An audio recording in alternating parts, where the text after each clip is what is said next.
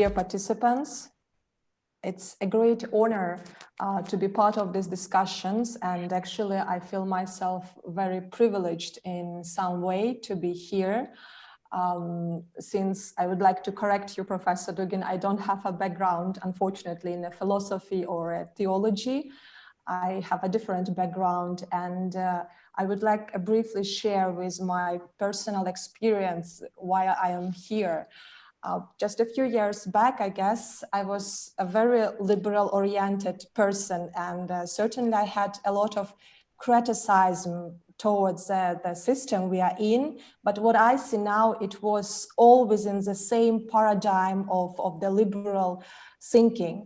And somehow I was not satisfied with this. And when I came across, was lucky enough with the works of traditionalists represented by Genon and Evola, with your works when you spoke a lot from the position of the Orthodox Christian, and with some other philosophers, and certainly with the Geydar Dzhemal, who spoke from the position of Islam, it was a total, I would say, mind-blowing experience when the whole new universe with its unique meaning unfolded before my eyes. And that's how it radically reshaped my life, my way of thought, and conceptualizing and accepting the reality. So I would like to say personally thank you to you, Professor Dugin, for the amazing work you are doing to enlighten people from all over the world. And when I saw the topics that you outlined for this conference, I remembered your lecture on the radical subjects, your first two lectures on the radical subjects, when you mentioned that this notion, this term of the radical subject probably was firstly introduced by Geydar Dzhemal. And that's why I decided to focus on his understanding, on the Geydar Dzhemal's understanding of who is radical subject. And I think also the example of life of this famous philosopher also supports this idea, when in every moment of his life he tried to reaffirm his commitment to the why of the radical subject. Unfortunately, he is not well known among English-speaking audience, I guess.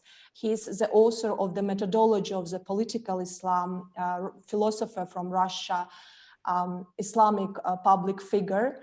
And he passed away 4 years ago. He left behind himself a rich intellectual heritage, and understanding the scale of his personality and ideas, I think, would require a separate number of conversation. And that's why I'll try to be brief and to focus on what he implied under the radical subjects.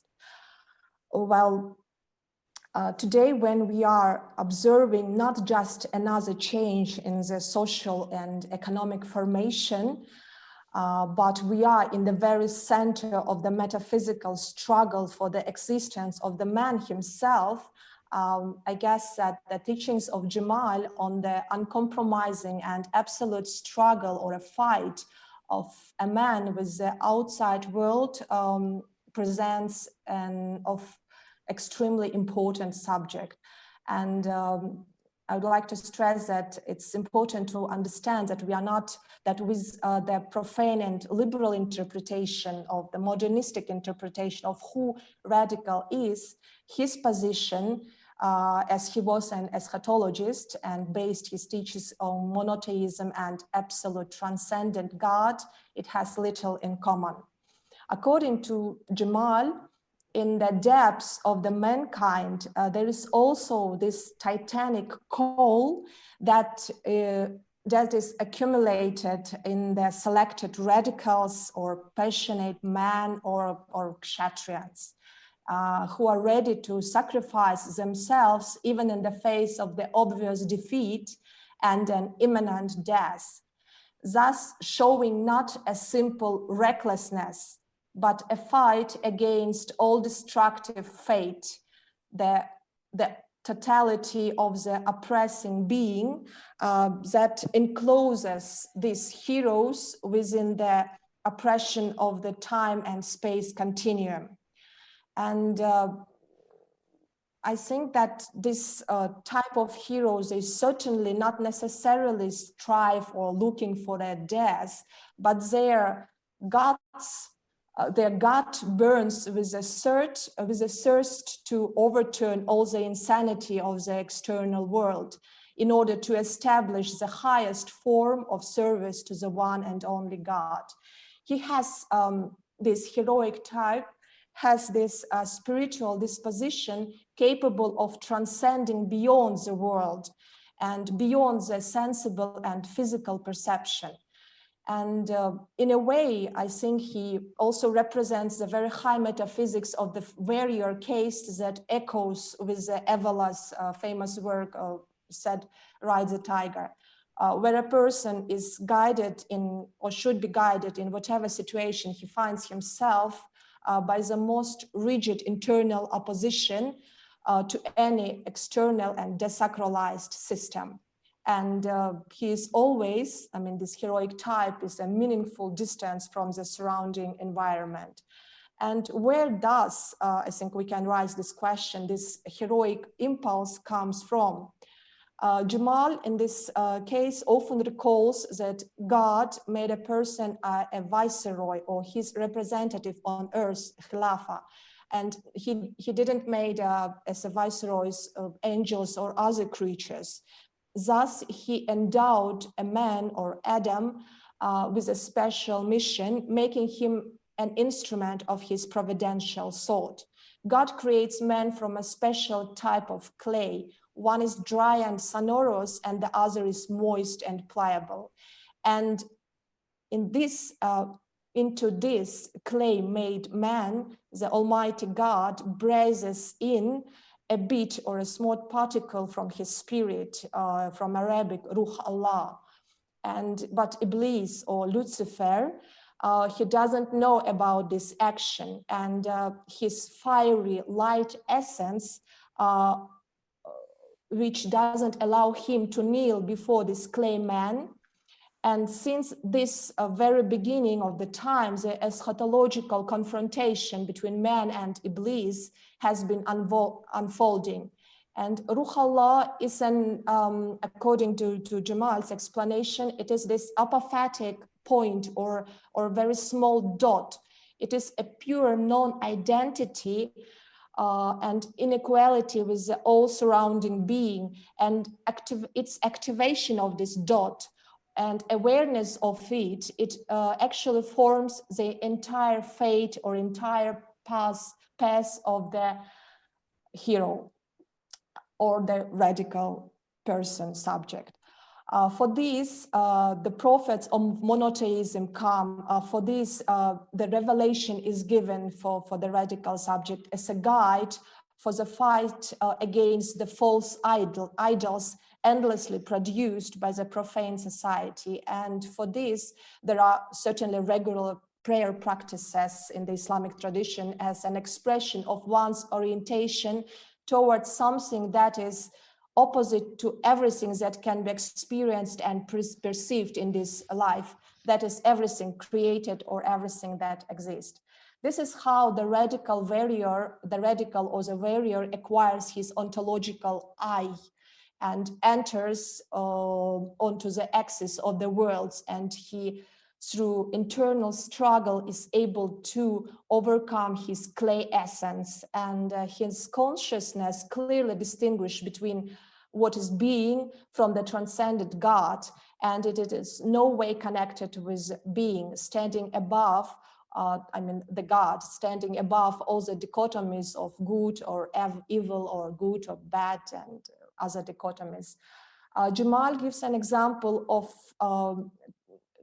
calls us to imagine this dot as through the examples. For example, let's imagine that this dot is put on the endless white paper, and with the appearance of this small dot, all the infinity becomes limited by it. It is centered around this point, and this point from this moment acts as an absolute opposition to infinity. And the providence thought of the Almighty God is connected with the fact that this apophatic point is related to meaning and must take control and neutralize the infinitely large interior inertia of meaningless existence. And I would like to also point that, as it was told, Iblis, or a light being, who didn't wish to obey Adam as the carrier. Adam as a carrier of this small part of God's spirit, Iblis promised to lead Adam and his descendants astray from the path of monotheism. And according to the Dzhemal, society is the shadow of Iblis, or Lucifer, on earth. It is its reflection on earth. And I think everyday being in the wheel of endless affairs and plans, person perceives this as a due and an integral part of his everyday modern life. And sometimes he, yes, says sadly that this is life and time is money, but there is no other alternative. We have to adapt. And he cannot even imagine that we are already living in the time of Lucifer. And in the space that is the domination of Lucifer, and being entangled in a huge amounts of social relations, responsibilities, performing absolutely virtual, unproductive actions, a modern person pays with his internal energy and time potential, thus feeding the tissue of the society or the body of the Iblis. And particularly, it is a sad situation to observe today how young people are turning into an army of techno zombies, the slaves of the Antichrist, who no longer, I mean, these young people feel this zeal inside, the heat of their inner desire to fight for the higher mission, for the higher goals. And also some find their way out in the form of drug abuse or committing suicide or going into fashionable contemplative practices, but it is certainly not that path of the hero. And the society already blocked the stairs that leads us up. The cosmic egg, Genon's cosmic egg, is impenetrable anymore. And to feed the body of the Lucifer, society at every stage of its development needs to alienate more and more human energy and time. But the many billion mass of human material is still sharing traditional values, especially in our country as well. And to gather these people, to retrain them, to clean them, and driving them all into the office ghetto seems to be, for the liberal club, an extremely costly enterprise. And today, the development of technologies actually removes this problem as well, since technologies already acquiring their own artificial ontology, their own consciousness, and they no longer need waste human material. And society always tried to exterminate or dissolve in comfort those in whom this spirit still glimmers, in whom this point of internal opposition does not allow one to completely forget oneself in the infinite dream.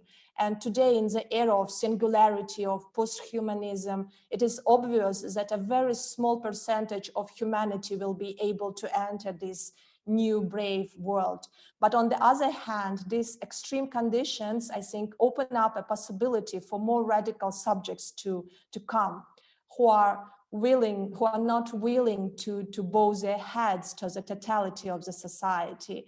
And in this regard, I think Dzhemal is important to study, to know who the radical experience of denial, of absolute denial of being, was able to transfer to the high and refined intellectual plane. An adherent of radical monotheism today is not only one who is capable of raising a sword and burning down everything around, but primarily And mostly it is, or he should be, the one who rises intellectual thought to the very high level.